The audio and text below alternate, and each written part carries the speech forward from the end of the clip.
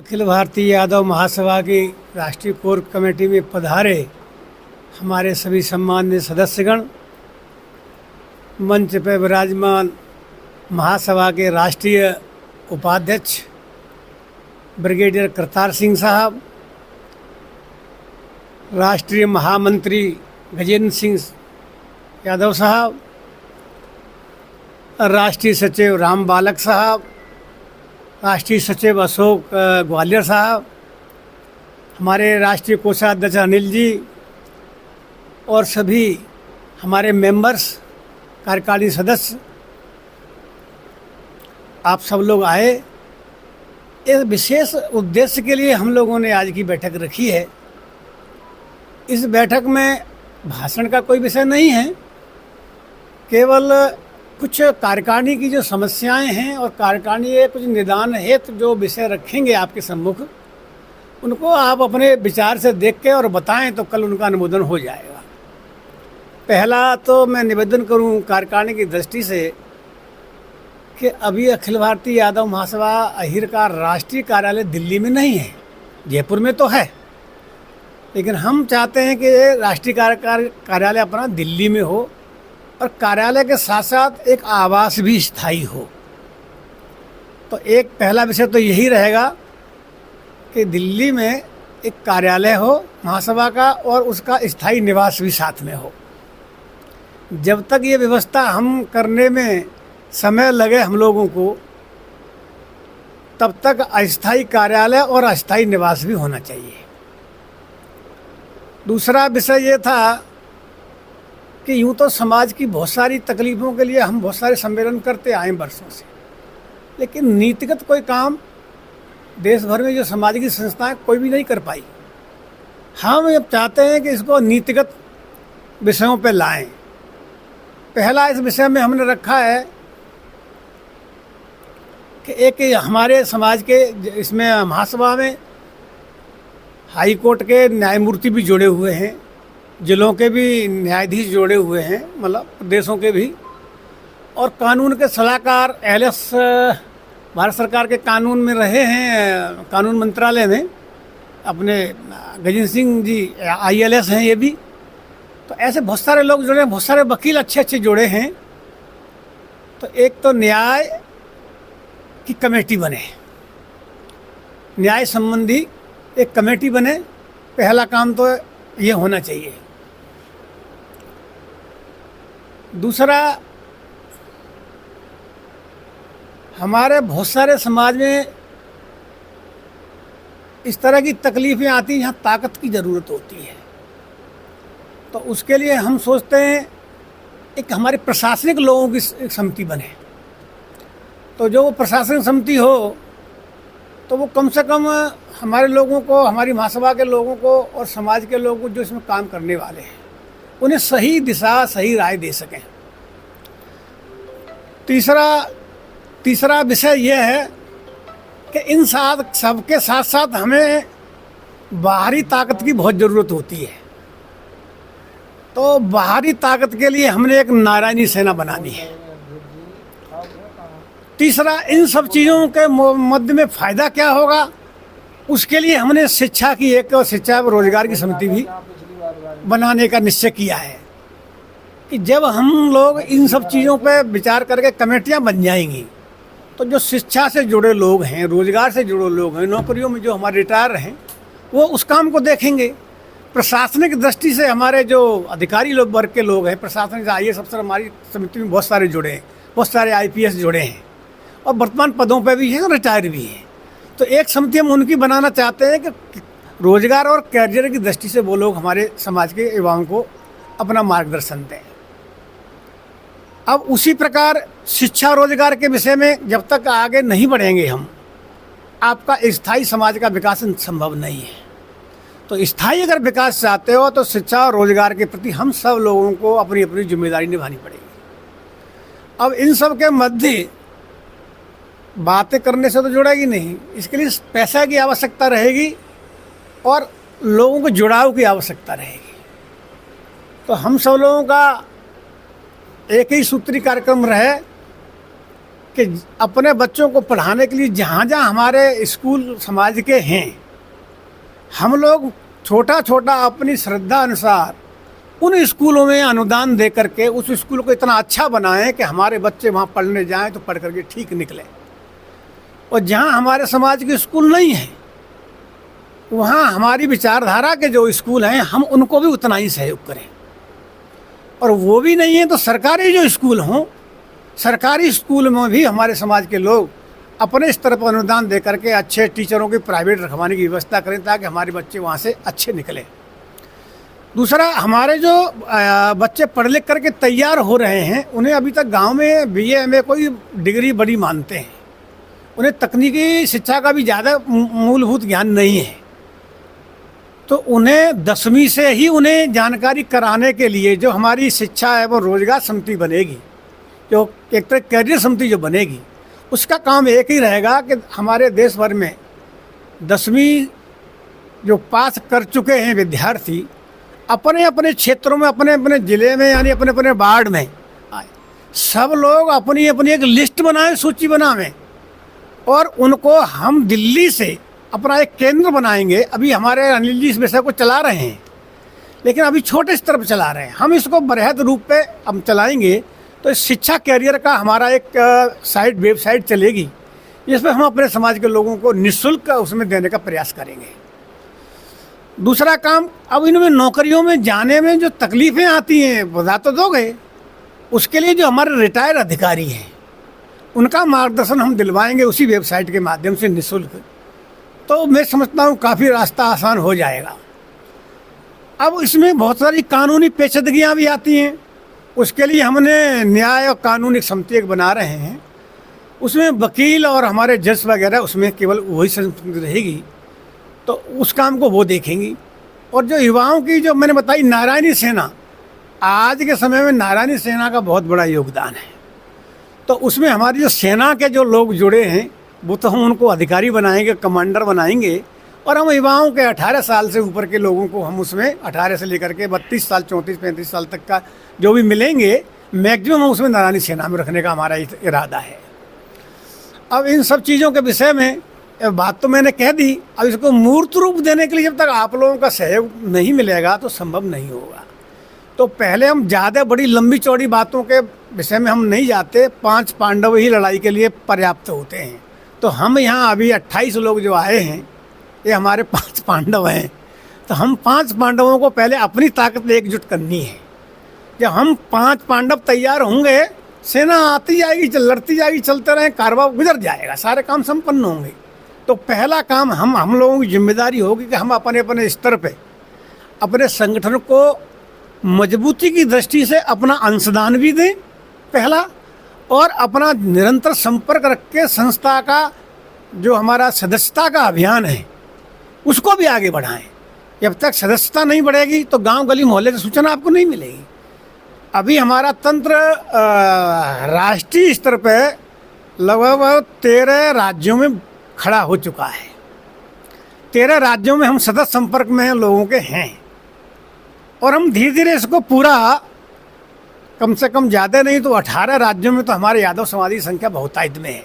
तो 18 राज्यों में तो हम इसको बहुत शीघ्र ही, मैं समझता हूँ हम 3 महीने के भीतर हम इसको खड़ा कर लेंगे। लेकिन अब निचले स्तर पर जो खड़े करने की समस्या जो पैदा होगी उसको सुलटाने के लिए, उसको मतलब दुरुस्त करने के लिए आप लोगों का ही काम रहेगा कि जो जिस राज्य से आया है वो अपने राज्य में सबसे पहले अपने राज्य में अपना संगठन मजबूत करे, फिर वो अपने ज़िले स्तर पर ले जाए, और ज़िले स्तर पर लेकर के तहसील स्तर तक जब तक नहीं पहुँचेंगे, मैं समझता हूँ सूचना तंत्र का काम मजबूत नहीं होगा। देखो, मैं आपको बहुत एक कीमती बात बताता हूँ। कहते हैं कि ज्ञान अगर नाली में पड़ा हो तो उठा लेना चाहिए, ज्ञान किसी खराब से खराब आदमी के पास हो तो ले लेना चाहिए।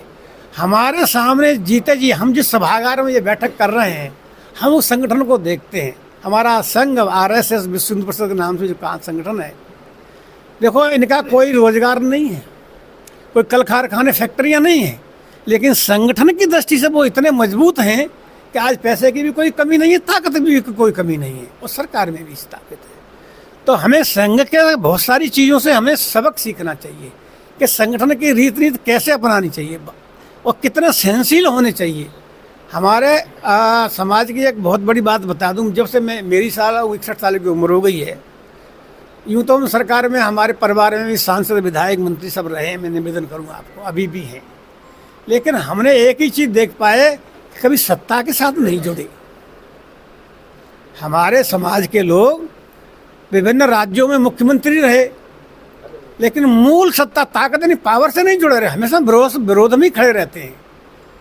तो जब तक तुम विरोध में ही रहोगे और गिनती के कम रहोगे तो आप जीत नहीं पाओगे। तो जीत कब पाओगे? जब आपका तंत्र बड़ा होगा।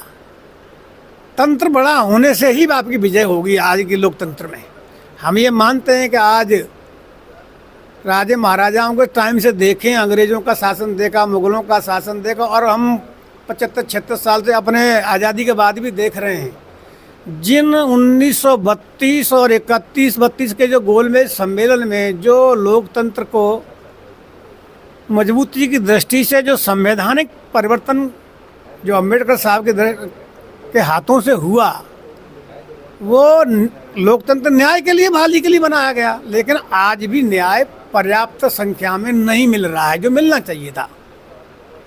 अब इसका क्यों नहीं मिल रहा, अब इस विषय में हम जाते हैं तो बहुत लंबा समय बीत जाएगा बताने में, सुनने में। आपको भी संक्षेप में कहते हैं, इसके लिए एक ही तरीका है, लोकतंत्र की बहाली से न्याय मिलेगा, और न्याय मिलेगा तो रोजगार, शिक्षा, सब कुछ संपन्न मिलेगी आपको। तो इसके लिए पहला कदम हमारा है कि हम हमारा वोट बैंक बढ़ाएं, हमारे समाज के लोगों में इतनी जागरूकता लाएं कि 100 पे 100% वोटिंग करें, और इस बात का विशेष ख्याल रखें वोटिंग में कि जो भारत की एकता अखंडता के लिए वचनबद्ध जो हमारे प्रत्याशी हैं उन्हें वोट दें। दूसरा, उनकी मानसिकता सामाजिक समरसता में है कि नहीं है। अगर उनकी सामाजिक समरसता में उनकी मानसिकता है तो उन्हें वोट दिया जाए, और अगर सामाजिक समरसता के लिए मानसिकता नहीं है तो ऐसे किसी भी प्रत्याशी को वोट न दिया जाए। किसी का विरोध नहीं किया जाए, लेकिन अपना वोट का अधिकार सुरक्षित रखते हुए अपने वोट का उपयोग करें। उसमें हमें यह भी देखना पड़ेगा कि पिछले कार्यकाल में हमें कौन कौन नुकसान पहुंचा रहा है, कौन कौन लोग हमें दरकिनार कर रहे हैं, हमें यह भी अपना ध्यान रखना चाहिए। हमें आज के चुनाव में किसी का विरोध नहीं करना है, शांति से रहकर अपने वोट का 100% उपयोग करवाना है। ये अगर आप कर लोगे तो आपका लोकतंत्र बहाल होगा, लोकतंत्र बहाल होगा तो आपको न्याय मिलेगा, न्याय मिलेगा तो शिक्षा, रोजगार, यानी सब सम्मान सबको मिलेगा। भगवान श्री कृष्ण की परिवार यही अवधारणा थी कि भगवान श्री कृष्ण आज क्यों सब में पूजनीय माने जाते हैं कि वो समरसता के लिए जाने जाते थे। उन्होंने जात धर्म को नहीं माना, उन्होंने एक राष्ट्र को माना, और एक राष्ट्र को मानने के अनुरूप ही उन्होंने सभी समाजों को समानांतर रूप से एक जो गीता का जो संविधान बनाया है, वो गीता तो हम लोग जीव कहते हैं, लेकिन वो जीव मात्र का संविधान है। जैसे हमारे भारत का संविधान है, ऐसे ही गीता हम जीव मात्र का संविधान है। तो हमारा देश जिस तरह संविधान से चलेगा तो सब सुखी रहेंगे, ऐसे गीता के अनुरूप चलते हैं तो सबकी मनोदशा सही रहेगी। तो हमें दोनों चीज़ों का विशेष अध्ययन करना चाहिए। पहला तो हमें अपनी गीता का अध्ययन करना चाहिए कि हमारे भगवान श्री कृष्ण क्या कह के गए हैं, हमें क्या उपदेश दे के गए हैं। दूसरा, हमें भारत के संविधान में अम्बेडकर साहब जो लिख के गए वो क्या लिख के गए उसकी हमें जानकारी होनी चाहिए। जब तक आपको संविधान की जानकारी नहीं है आप लड़ाई नहीं लड़ सकते, जीत नहीं सकते। और भगवान श्री कृष्ण की परंपरा को जब तक आप नहीं आत्मसात करोगे, मैं सच्ची बोल रहा हूँ, हम लोगों का निवारण उसी में है। भगवान श्री कृष्ण गोपालन करते थे कि नहीं करते थे? गौ माता क्या थी जो गोपालन करते थे? अरे आप लोगों को जानकारी होनी चाहिए कि जब अनंत ब्रह्मांड का जो एक स्वामी होता है, जिसे सभी जात धर्म के लोग कहते हैं कि ईश्वर एक है, अल्लाह एक है, जीसस एक है, जो भी मानते हैं, तो वो एक है तो भिन्नता कैसे है? इसका निवारण जानने के लिए गीता में सब कुछ लिखा हुआ है। भगवान श्री कृष्ण गीता में अब कहते हैं, अर्जुन को जो संवाद करते हैं तो वो कहते हैं कि हे अर्जुन, युद्ध के मैदान में कि भाई तू लड़ाई लड़ ले, तो वो लड़ाई लड़ने को अर्जुन तैयार नहीं होते हैं। वो कहते हैं मेरे रिश्तेदार, मेरे फलाने, मेरे ठिकाने, मतलब इस तरह सोच साच कर वो मना कर देते हैं। तो भगवान श्री कृष्ण ने उन्हें दिव्य दृष्टि दी और दिव्य दृष्टि देनी दी तो उन्होंने उनका विराट स्वरूप पहचाना, और जब विराट स्वरूप पहचाना तो 1 मिनट में वो तैयार हुआ कि हाँ मैं तैयार हूँ। अब जैसे अभी कोई मैं लड़ाई लड़ने के लिए कहूँ आपको तो नहीं लड़ोगे, और हम सब कहेंगे हम सब पीछे खड़े हैं और हमारी ताकत तुम्हें दिखाई देगी तो तुम फौरन तैयार हो जाओगे। तो भगवान श्री कृष्ण की जो विराट स्वरूप का जब अर्जुन को दर्शन हुआ तो अर्जुन उनकी सारी बात मानने को तैयार हो गया। अब युद्ध की बात देखने के लिए संजय के पास भी वही दृष्टि थी, लेकिन संजय के पास इतनी दिव्य दृष्टि नहीं थी कि वो श्री कृष्ण भगवान का विराट स्वरूप देख सके। उसके पास उतनी ही शक्ति थी कि वो वहाँ युद्ध मैदान में जो बातें वार्तालाप हो रहा है, जो कुछ हो रहा है, उसको समझ सके। तो अगर वो दिव्य दृष्टि संजय को भी पास होती तो मैं समझता हूँ युद्ध नहीं होता, क्योंकि वो देख करके बता देता था कि किससे भिड़ रहे हो, किसकी बात। भगवान श्री कृष्ण ने कौरवों से मना किया था कि युद्ध मत करो, इनको भी इनका हिस्सा दे तो बात खत्म हो जाए, लेकिन माने बोले भी नहीं माने। और इधर न्याय के लिए उनकी विषय आया अर्जुन का, तो उन्होंने लड़ने को तैयार नहीं हुआ, लेकिन विराट रूप समझ के वो फिर लड़ने को तैयार हो गया। तो वो जब बाद में जब लड़ने के लिए तैयार होने के बाद भी जब घबरा रहा था तो उन्होंने कहा कि भाई हे प्रभु, हम तो बहुत घबरा रहे हैं अंदर से, हम क्या करें। तो उन्होंने कहा कि भाई हे अर्जुन, तू इन सभी निम्न जो पूजाओं को जो कर्मकांड कर रहा है उनको त्याग दे और तू मेरी शरण में आ, और मेरा एक ओम मंत्र है उसका जाप कर, और तू मुझ ब्रह्म को प्राप्त होगा। ये भगवान श्री कृष्ण ने कही थी। लेकिन हम लोग भगवान श्री कृष्ण का ओम का जाप कितने लोग करते हैं, कितने लोग करते हैं। भगवान श्री कृष्ण गाय चराते थे, आपको पता है गाय कहाँ आती थी, जो अनंत ब्रह्मांड का सतलोक में जो एक परमेश्वर है, जब वो पृथ्वी पे आता है तो कमल के फूल पे जल में विराजमान होता है, और उसकी परवरिश के लिए एक कुंवारी गाय दूध देती है, उसे कहते हैं कामधेनु।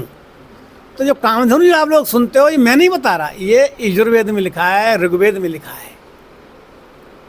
ऋग्वेद मंडल नंबर 9 सूक्त नंबर 82 मंत्र संख्या 1 और 7 में लिखा है सब चीज़ें, 82 में भी लिखा है। कई मतलब श्लोकों में आता है विषय कि वो परमात्मा शिशु रूप में जब ऊपर से अपनी गति कम करके आता है पृथ्वी पर, तो उसकी परवरिश कुंवारी गाय से होती, उसी का नाम कामधेनु है।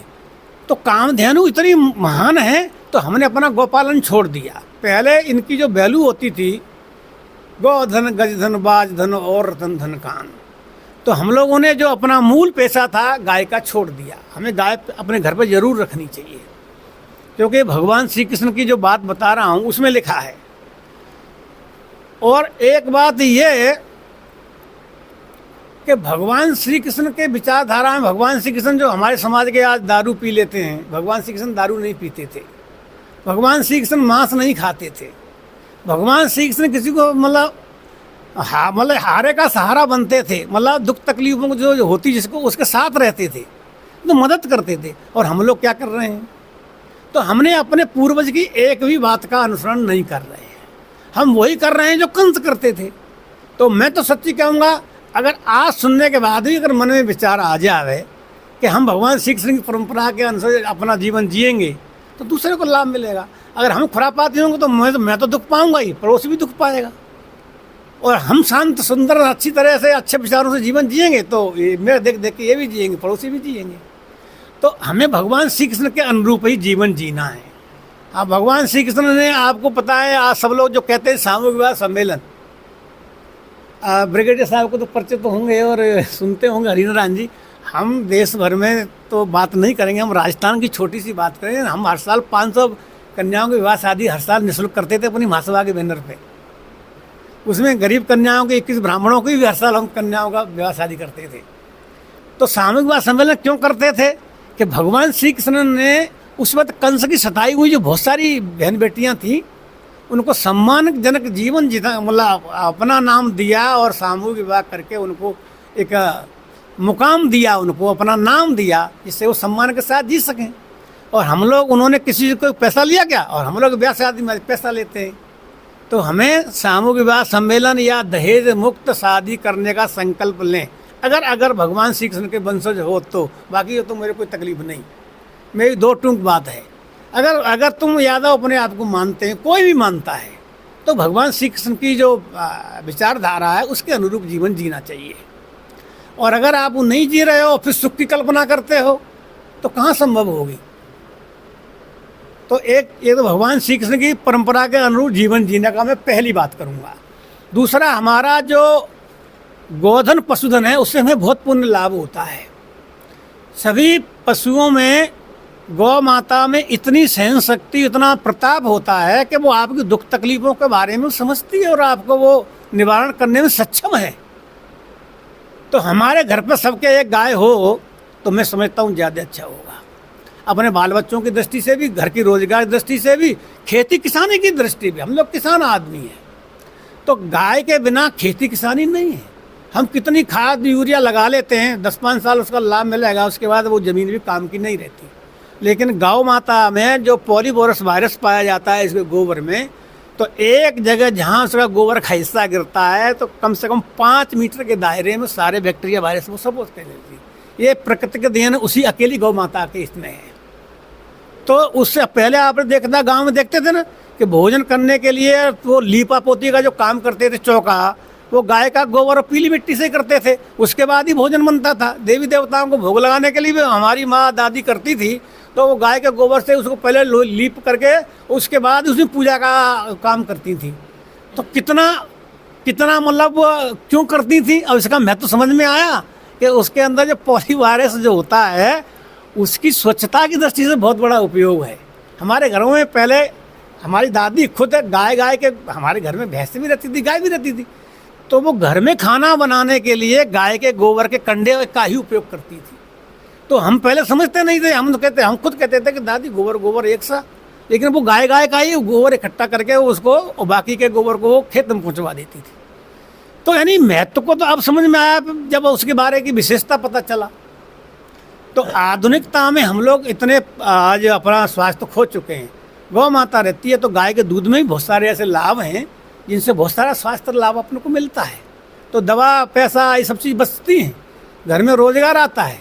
आज मैंने अभी घी मंगाया गाय का, आप ताज्जुब मानोगे, 1250 रुपया किलो घी मिला मुझे गाय का। तो गाय का घी अब अमृत हो रहा है आज, और गाय का लोग जो अपने खरीदते नहीं है। अब गाय का दूध में और भैंस के दूध में कितना अंतर है आप समझते हो ना। गाय का दूध पियोगे तो गाय की तरह कुलां से मरते हैं, भैंस का दूध पियोगे तो खा के पड़े रहोगे, सुस्ती रहेगी। तो हमारे बच्चों के लिए भी गाय के दूध की उपयोगिता को बढ़ाएं, और उससे 2 फायदे हो रहे हैं। अभी देखो, जीरो बजट की ये खेती का मैं विषय बताता हूँ आपको, मैं इस विषय से जुड़ा हुआ हूँ। हमारे एक संस्थान में इस तरह का एक क्या कहते हैं, एक कल्चर तैयार किया गया है। तो 200 लीटर में 1 किलो देसी गाय की छाछ और 1 किलो गुड़ डाल दो, और हमारे यहाँ निःशुल्क मिलता है वो कल्चर, 1 बोतल उसमें कल्चर डाल दो। 8 दिन में इतना फर्मेंटेशन हो जाता है, उससे आप अपने खेत में खाद में देने की कोई ज़रूरत, मतलब ऊपर से खाद देने की ज़रूरत नहीं है। कीटाणुओं के लिए पेस्टिसाइड डालने की ज़रूरत नहीं है, वो दोनों काम करता है। और अगर बीज भी आपने भिगो करके उसमें डाल दिया है तो उस नीचे भूमि में कीटाणु नहीं लगते उस दाने में। और ये इतने बड़े स्तर पे मैं देख रहा हूँ, मैं अभी इस विषय को लंबे समय से तो नहीं, 1.5 साल से इतना बृहद काम देख रहा हूँ देश भर में कि खेती किसानी के लिए तो वो अमृत बन गया है। तो हमें सब लोगों को चाहिए कि उस कल्चर का जो खेती किसानी का काम करते हैं, घर में जो शहर में अपने गमले वगैरह जो लगाते हैं उनमें भी उपयोग करें। तो हमारी जो बीमारी का जो कारण पेस्टिसाइड है, जो केमिकल खादें हैं, उनसे हम छुटकारा पा सकते हैं। तो इन सब चीज़ों की भी जानकारी हम चाहते हैं कि महासभा के माध्यम से जो भी खेती किसानी में नवाचार होंगे, हम अपने खेती किसानी के नवाचारों को अपने समाज के किसानों में और हमारे दूसरे समाजों के भी होंगे, उनमें भी हम करेंगे। जिस गांव में हमारे समाज के लोग होंगे, हम वहाँ जाएंगे तो 7 जाति के लोग होंगे, हम सबको शिक्षित करेंगे कि भाई इस तरह के नए नवाचार हो रहे हैं खेती किसानी में, बीजों के किनके वो अपनाएं। हमने ये भी फैसला किया है कि अब जो भी हम अपने समाज के लिए सोचते थे कि हमारे समाज के जहाँ ज़्यादा लोग रहते हैं वहाँ चिकित्सा कैंप हम बार लगाने, हमने पहले भी लगाए हैं और आगे भी अब जो लगाने हम पूरे गांव को लाभ देने वाले हैं। उसमें हम ये नहीं देखेंगे कि हमारे समाज के हैं कि दूसरे समाज के, मतलब जो जिस तरह धर्म के काम हैं, हमारे यहाँ भगवान श्री कृष्ण भी कहते हैं कि धर्म का भी एक महत्व होता है। धर्म का एक महत्व होता है, चाहे वो धर्म ज्ञान का हो, चाहे आर्थिक हो, या किसी भी तरह शारीरिक हो, मानसिक हो, धर्म धर्म है। अच्छे काम को करोगे दूसरों के लिए तो परोपकार में आता है, उसी से धर्म बनता है। तो हमारे शरीर से जितना परोपकार का काम बने वो भी हम महासभा के माध्यम से सच्चाई के लिए हम करना चाहते हैं। भगवान श्री कृष्ण तो कहते हैं कि हम तो एक बार में कोई गलती का तो लड़ बैठते हैं, उन्होंने तो कितने बार 99 बार 100 बार मतलब माफ़ी दी है। तो हम तो एक ही माफ़ी नहीं देना चाहते, बात में सीधे ही लड़ जाते हैं, अकड़ जाते हैं और आगे बढ़ते ही नहीं है जब तक उससे हाना नहीं करवा लेते। तो ये पद्धति छोड़नी पड़ेगी। अभी हीरा लाल जी बड़े जोर शोर से कहते हैं मैं हम नहीं कहना चाहता मंच पर, तो ये लड़ाई बड़ाई का काम समाज को नहीं करना चाहिए, समरसता का काम करना चाहिए। और समरसता जहाँ करोगे मैं कहता आपसे कोई नहीं लड़ेगा, ये मेरा वायदा है।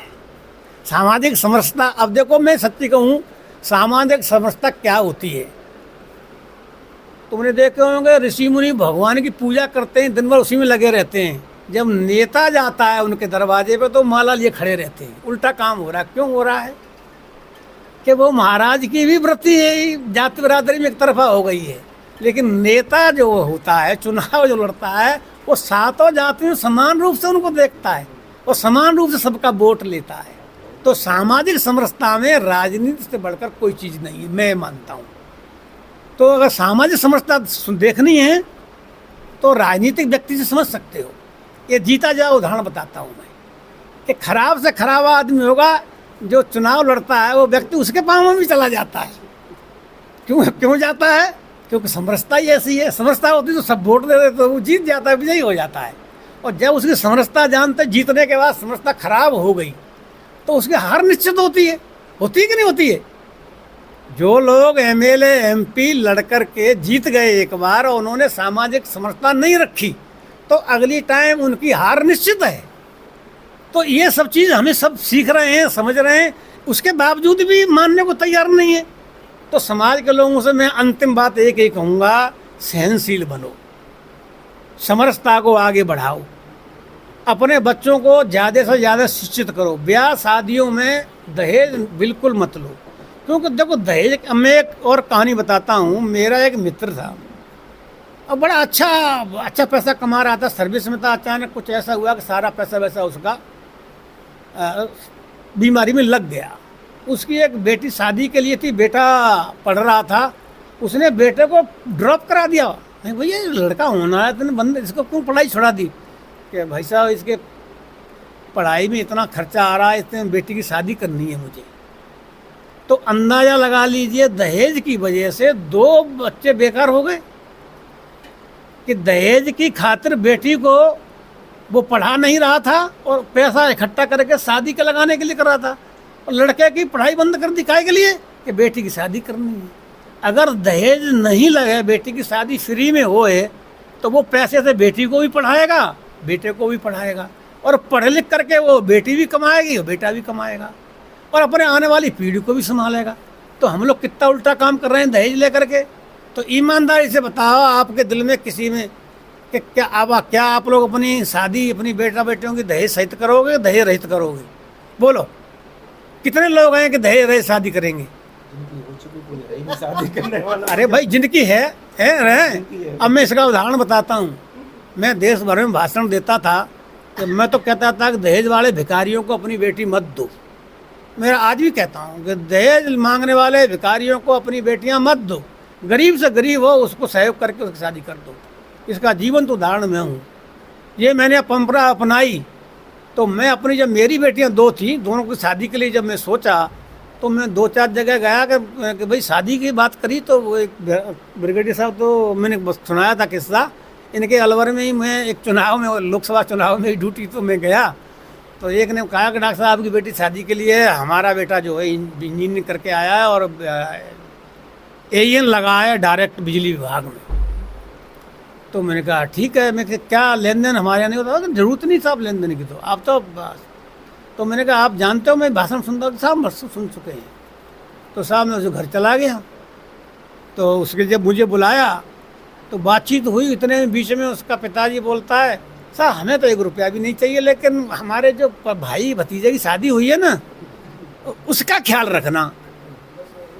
अब मुझे बताइए, अब मैं अपनी शॉर्ट में बात करूं, मैंने अपनी बेटी की जो शादी करी 1 रुपया में करी है, और उस बेटे ने जिससे शादी करी है वो लड़का दिल्ली यूनिवर्सिटी में असिस्टेंट प्रोफेसर है, JNU से PhD है, भाषा का ट्रांसलेटर है। 1 रुपया में शादी करी मैंने। उसने न तो मुझसे कोई गाड़ी घोड़ा लिया, न मुझसे कोई कपड़े लिए, न कोई फर्नीचर लिया, सिर्फ 1 रुपया में। और उसके पिताजी लड़के के मिलिट्री में, लड़के के बाबा भी मिलिट्री में और दादा भी मिलिट्री में। तो ऐसे परिवार भी मुझे घर आके अपने आप मैं उनके दरवाजे पर नहीं गया, मुझसे आकर के बोले कि साहब आपके भाषण हम सुनते हैं, हम इस परंपरा को बढ़ाना चाहते हैं। तो मैंने कहा 100 बार सोच लेना। तो कि नहीं साहब मैं डाटेंगे हूँ। और उन्होंने शादी करी साहब, 1 रुपया में मैंने शादी करी। अब मेरी दूसरी बेटी के लिए, उसके लिए भी मैं एक ऐसे होनहार व्यक्ति थे, तो वो केंद्र सरकार में TGT थे, और उनका लड़का भारत सरकार की बैंक में टेक्निकल अफसर था, सरकारी नौकरी में लगा हुआ, एक ही लड़का था। तो मेरे दरवाजे पे आए कि डॉक्टर साहब आपके भाषण सुन के हम चाहते हैं कि इस परंपरा को आगे बढ़ाया, इससे बहुत लाभ में। क्या सुना है आपने कि साहब अगर दहेज नहीं लेंगे तो लड़की भी पढ़ेगी और लड़के का जो परिवार वाले हैं वो भी पढ़ेंगे। तो मैं आपको अच्छी लगी है कि हाँ? तो बोले हम शादी करना चाहते हैं। तो उन्होंने भी मुझसे 1 रुपया में शादी करी, न कोई फर्नीचर लिया, न कोई गाड़ी घोड़ा लिया, न बर्तन बांटे लिए। तो अब यूँ कहोगे जब मुझसे नहीं लिया तो हाँ बहुत सारे लोग हैं जैसे। तो आप ये तय कर लोगे जिस दिन संकल्प ले लोगे कि हम निःशुल्क 1 रुपया में ही शादी करेंगे, बेटा बेटी हो चाहे कोई भी हो, तो निश्चित भगवान आपका रास्ता निकालता है और आपका काम बनता है। ये मैं गवाह हूँ आपके सामने। और मैं आपको बहुत खराब बात कहूँ और अच्छी बात कहूँ तो बहुत फर्क करोगे लंबा चौड़ा। मैं अपने जीवन में जैसा जीता हूँ ये सब लोग जानते हैं। मैं चाहता मैं ऐसे ऐसे पदों पर आऊँ, मैं 1,00,000 रुपया 2 लाख 5 लाख रुपया रोज़ कमाऊँ, लेकिन मैंने जीवन में कभी किसी की चाय नहीं पी। मैंने अपना जीवन जिस तरीके से जीता हूँ मैं, ये सब लोग, ये आप लोग तो नए नए हो लेकिन ये पुराने लोग जानते हैं। तो आप संकल्प के साथ जीवन में जियोगे, अच्छे संकल्प के साथ, तो ईश्वर आपके कदम कदम आपके पीछे खड़ा रहेगा। अनैतिक रूप से आप करोगे, आप कभी सुखी नहीं रहोगे, सोते भी नींद भी आपको नहीं आएगी। और सात्विक रूप से रहोगे, आपका चेहरा कभी झुकेगा नहीं, मुरझाएगा नहीं। तो भगवान श्री कृष्ण की परंपरा के अनुरूप आप अपना जीवन शुरू कर दो। कसम खा लो कि आज के बाद हम दारू के हाथ नहीं लगाएंगे, मांस के हाथ नहीं लगाएंगे, किसी व्यभिचार नहीं करेंगे। ये 3-4 चीज़ें अगर कर लें, शराब मांस दारू व्यभिचार छूट जाए, फिर डर भय रहे कहाँ दुनिया में। सारा डर भय तो इसी के पीछे है, सारी कवायद इसी के पीछे है। तो मैं अब ज़्यादा बात न करते हुए मैं आगे बढ़ाता हूँ। ब्रिगेडियर साहब से कहूँगा कि वो अपनी बात रखें। चालू है?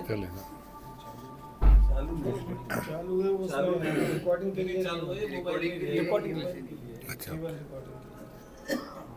सम्मानित मंच और यादव समाज के महारथी जो पूरे तकरीबन नॉर्थ इंडिया से तो आए ही हैं। मैं पहली दफ़ा आप लोगों के साथ मीटिंग अटेंड कर रहा हूं।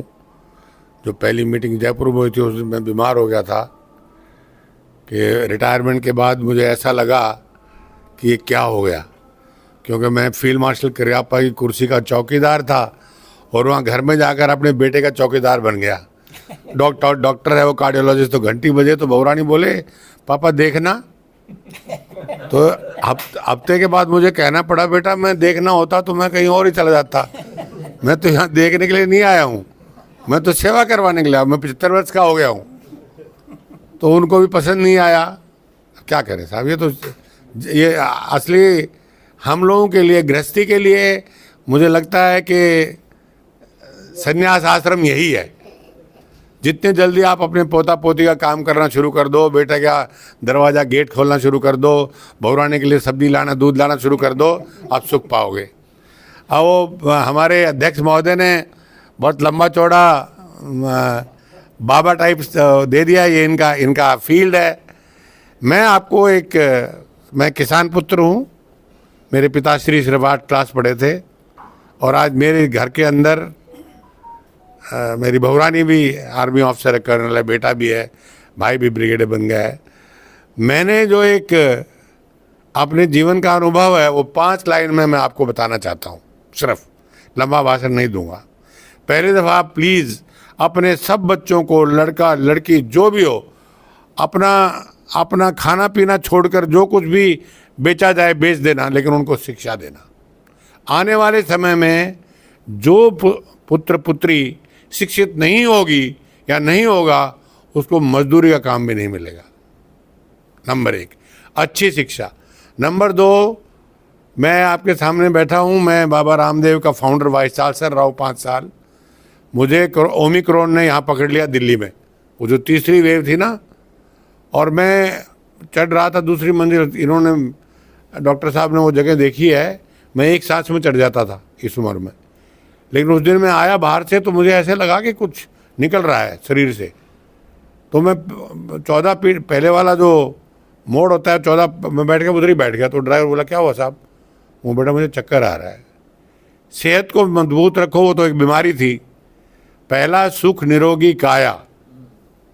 अपने शरीर को निरोगी रखने के लिए 3 काम कर रहे हैं। 2 तो हमारे अध्यक्ष महोदय ने बता ही दिए कि मांस मदिरा से दूर रहो, तम्बाकू। मैं आपको अपना पर्सनल एग्जाम्पल देना चाहता हूँ। मैं पैरा ट्रूपर हूँ, भारतवर्ष की सबसे बड़ी यूनिट 9 पैरा उसको कमांड किया है, LOC ब्रिगेड कमांड की है। लेकिन मैंने रिटायर होने के बाद भी CSD का लीकर का कार्ड नहीं बनाया। मेरे घर में शराब बंदी है, मतलब शराब की बोतल ही नहीं आती है। शराब पीकर 3 काम होते हैं, नींद ज़्यादा आती है, वजन बढ़ता है, दिमाग ठस होता है। तो उसको क्या पीना है? उससे अच्छा 1 चम्मच गाय का घी खा लो, वो बढ़िया होएगा, जैसे हमारे अध्यक्ष महोदय ने बताया। तीसरी बात मैं बता, मैं अपने दोनों, ईश्वर ने मुझे 2 पुत्र दिए हैं, एक कर्नल है और एक कार्डियोलॉजिस्ट है। दोनों पुत्रियों को दूर दूर शादी की है। जो कार्डियोलॉजिस्ट है उसको तो रसड़ा में किया मैंने, बलिया में, और बाद में मालूम पड़ा कि वो यादव नहीं है। पहले तो उन्होंने बोला हम यादव हैं, बाप जमींदार हैं, ऐसे बोलने लगे। मैं बोला जो कुछ भी है। वो पढ़ते थे जबलपुर में, मेरा बेटा MD मेडिसिन कर रहा था उस टाइम, वो लड़की MBBS कर रही थी। मैं ये सोचता हूँ कि अपने पुत्र पुत्रुओं को इतना पढ़ाओ कि वो अपना जीवन साथी खुद करे और आपको उनको ढूंढना ना पड़े। आने वाले वक्त में मैंने अपने 75 वर्ष में थोड़ा बहुत देखा है, आप में से कुछ लोग भी शायद 75 वर्ष के होंगे। 25 और वर्षों में जाति पाति इस देश से खत्म होगी, मुझे पूरा विश्वास है। तो आगे जो जाति पाति रहेगी वो शिक्षा रूपी जाति पाति रहेगी। ये हाईली एजुकेटेड है, ये नॉर्मल एजुकेटेड है, ये इलिटरेट है। और लास्ट में आपको बात बताना चाहता हूँ, वो छोटी सी प्रिय बात है कि ये माँ बाप को आपके पास से कितना ही काम हो। आज मेरे एक बंदे ने मेरा फ़ोटो देखा वो रेस्टोरेंट में रास्ते में, तो बोला आपने इस फ़ोटो के ऊपर माँ क्यों लिखा हुआ है? मैं क्या, आमतौर पर बच्चों को अपनी बीवी की फ़ोटो होती है, कोई सोचेगा इसकी बीवी है, तो मैं इसमें माँ लिख दिया। तो अपनी माता श्री और पिताश्री को कभी वृद्ध आश्रम मत भेजना। वो चाहे गेट खोले या ना खोले आपका, वो दूसरी बात है। आप वृद्ध आश्रम जो है हमारी भारतीय संस्कृति का एक बहुत बड़ा दुश्मन है। मतलब आप डिस्कनेक्ट होना चाहते हो, आपने अपने माँ बाप को वृद्धाश्रम में भेज दिया, आपका बेटा आपको जरूर भेजेगा। आप कृपया इसको बंद करें। और हम, क्योंकि आप तकरीबन सब सफ़ेद मूछ दाढ़ी वाले हैं, कुछ नौजवान भी हैं, इसके साथ मेरा आपसे निवेदन यही है, खूब पढ़ाओ, नशे से दूर रहो, दान रहित दहेज रहित शादी करो, लेकिन अपनी सेहत का ध्यान सबसे पहले रखो। मैं दोबारा ठीक हूँ, मेरे को ऐसा उसने ओमिक्रॉन ने मारा, मेरे को पेस मेकर लगना पड़ा, ऐसा घोटा उसने मेरे को, लेकिन मेरे लंग्स में नहीं घुस सका। वो बाबा को मैं धन्यवाद करता हूँ। मैं अभी भी एक सांस में 300 कपालभाति करता हूँ। योग प्राणायाम कीजिए, स्वस्थ रहिए, दाल रोटी सब्जी खाइए, और ईश्वर को किसी रूप में ज़रूर याद कीजिए। ओम मंत्र है ना, ये मैंने पहले रामदेव जी महाराज से सुनी हुई बात है कि ओम जो है अंतिम उच्चतम मंत्र है, और उसके उच्चारण से ही आपको सबसे बड़ा प्रणव बोलते हैं इसको, योग की भाषा में प्रणव है ये। ओम का उच्चारण अगर आप 6 मिनट लगातार कर लो, ओ 10 सेकेंड, मैं 5 सेकेंड, ओ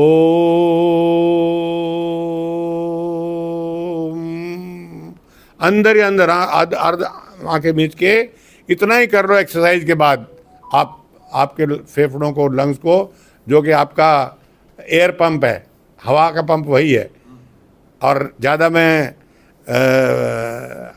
डॉक्टर साहब की तरह इतना बड़ा बाबा नहीं हूँ कुछ बता सकूँ। जो मेरे जीवन का अनुभव है कि मैं 8 क्लास अपने पिताश्री से, अनपढ़ माँ से, मेरे घर में आज 2 PhD हैं, 5 ऑफिसर हैं, एक डॉक्टर कार्डियोलॉजिस्ट है, और एक सबसे छोटा जो बच्चा हमने अपने भाई का पढ़ाया वो अभी एक्सेंचर में, अमेरिका में बहुत बड़ा सॉफ्टवेयर इंजीनियर है। तो ये काम करना सबसे ज़रूरी है। इससे देश की प्रगति होती है, परिवार की प्रगति होती है, हमारी इंडिविजुअली प्रगति होती है, और समाज में आपका सम्मान बढ़ता है। जय हिंद, जय भारत, जय श्री कृष्ण। मैं राष्ट्रीय महामंत्री GS यादव साहब को कहूँगा कि वो अपना विचार। मैं यूज कर लूं, मंच है नहीं यूज करना चाहिए, हर चीज नहीं है। तो इसको तो ले जाओ साथ। इसको रिकॉर्डिंग के लिए नहीं खड़े होकर ही अच्छा लगेगा। केवल पकड़े रहिए दवाई। अच्छा, सम्माननीय अध्यक्ष महोदय, ब्रिगेडियर साहब, भूतपूर्व विधायक और इंदौर से यादवों की शान मंचा सिंह तथा महासभा के सक्रिय सहयोगियों जो यहाँ पर उपस्थित हैं, सर्वप्रथम मैं आप सब लोगों का हृदय से अभिवादन करता हूँ, नमन करता हूँ, वंदन करता हूँ, क्योंकि आप लोगों ने अपना बहुमूल्य समय निकाल के मुझे ये सौभाग्य दिया कि हम आप लोगों के दर्शन कर पाए, और निश्चय ही इस दर्शन से मुझे कुछ न कुछ मिल रहा है। अब मैं अध्यक्ष की बात पे थोड़ा सा अपना सुझाव देना चाहूँगा।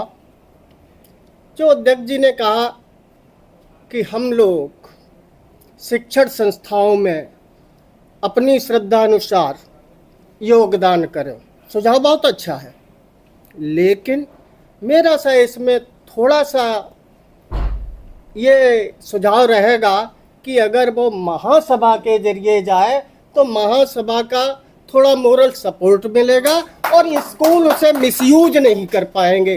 अदरवाइज आप स्कूल में मान लो ये प्रसाद साहब दे आए, किसी को नहीं पता चलेगा और वो स्कूल वाले उसका क्या करेंगे, उसका भी नहीं। तो ये थोड़ा सा मेरा संक्षिप्त सा सुझाव है इसमें। बाकी जो सजेशंस कल के एजेंडे के लिए दिए, मुझे लगता है कि सारे ही विचारणीय है और प्रशंसनीय भी है। अब तीसरी चीज़ पे मैं आता हूँ, जैसा हमारे ब्रिगेडियर साहब ने कहा कि शिक्षा पर सबसे ज़्यादा ध्यान दो, क्योंकि ये शिक्षा ही एक आज के युग में स्तंभ है जिससे कि आप अपने बच्चों का, अपने परिवार के, अपने सहयोगियों का रहन सहन संभाल सकते हो, समाज में उन्हें प्रतिष्ठा पाने के लायक बना सकते हो। अगर शिक्षा नहीं होगी तो ना आपके बच्चे उस प्रतिष्ठा को पा सकेंगे और शायद ना ही आपको संतोष मिलेगा ज़िंदगी में, क्योंकि हर गार्जियन ये चाहता है कि मेरे सामने मेरा बच्चा कम से कम हमसे कुछ ज़्यादा कर जाए तो उसे खुशी होगी। अब शिक्षा है क्या? शिक्षा एक ऐसी चीज़ है, अगर आप 2 रुपए देके कुछ लेते हैं तो जेब से 2 रुपया गया ना। शिक्षा बांटने से आपको कोई नुकसान नहीं होता है, ये हमेशा उसे और बढ़ाती है। बहुत पहले लिखा है, हमने पढ़ा है, न चौरहार्यम न राजहार्यम न भ्रातभाज्यम न च भारकारी और बे कृते वर्धते एव नित्यम विद्या धनम सर्व धनम प्रदानम। अरे जितनी बांटो इसे उतनी बढ़ती है। इसे भाई भी नहीं कह सकता कि आज हम और आप अलग हो रहे, आधी विद्या बांट लो। न राजा इसे ले सकता, न चोर चुरा सकता। तो जब हमारे वेद शास्त्र इतना कहते हैं तो निश्चय ही हम उस पर विचार करें, मंथन करें, चिंतन करें और उसे अपने जीवन में अस्तित्व में लाने के लिए भरसक प्रयास करें। अब विद्या से मिलता क्या है? कहीं जाने की जरूरत नहीं है। हमने आपने कक्षा 6-7 में पढ़ा होगा, विद्या ददाति विनयम विनयादयात पात्रत्वाद पात्रत्वाद धर्माप्नोति धर्मः ततः सुखम। अरे सुख ही तो हम सब चाहते हैं, वो विद्या से मिलेगा। तो क्यों ना अग्रसर हो, हम अपने बच्चों को ऐसा एटमॉस्फियर, ऐसा वातावरण क्यों न दूं जिससे कि वो शिक्षा की तरफ अपने आप लालायित होके भागे। मैं इस बात को अच्छी तरह से जानता हूं, जैसा ब्रिगेडियर साहब ने कहा, मैं भी एक किसान फैमिली से था। मैं अपने बचपन की बात ज़्यादा नहीं सुनाना चाहता, अदरवाइज मेरी वो पोजीशन थी कि अगर पजामा होता था तो अंडरवियर नहीं होता था, अंडरवियर होता था तो पजामा फटा हुआ होता था। आज जो हमें सौभाग्य मिला यहाँ आपके सामने इस मंच पे बैठने का, हमारे माता पिता का समर्पण है और आप सब लोगों का आशीर्वाद है कि मैं शिक्षा में थोड़ा आगे बढ़ा और आपके सामने खड़े होने का हमें गौरव प्राप्त हो सका। तीसरी चीज आती है, जैसा कि मैं अध्यक्ष जी ने कहा, finance is the backbone of everything. अगर हमारे पास फाइनेंस नहीं होगा तो हम केवल अच्छा भाषण दे सकते हैं, यथार्थ पे जमीन पे कुछ नहीं कर सकते। आज के युग में धनाभाव शायद सबसे बड़ा अभिशाप है। धन के अभाव में आप अपने विचारों को मूर्त रूप नहीं दे सकते। ये धन आएगा कहाँ से?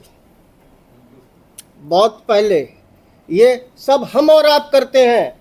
ब्रिगेडियर साहब ने शायद और डॉक्टर साहब ने भी पढ़ा हो R.W. इमर्सन को। उन्होंने लिखा था, Not gold but only man can make a people great and strong, man who for truth and honor sake stand fast and suffer long. Brave men work while others fly, they work while others sleep, and they build the nation's pillars deep and lift them to the sky. ये आदमी के ही हाथ में है।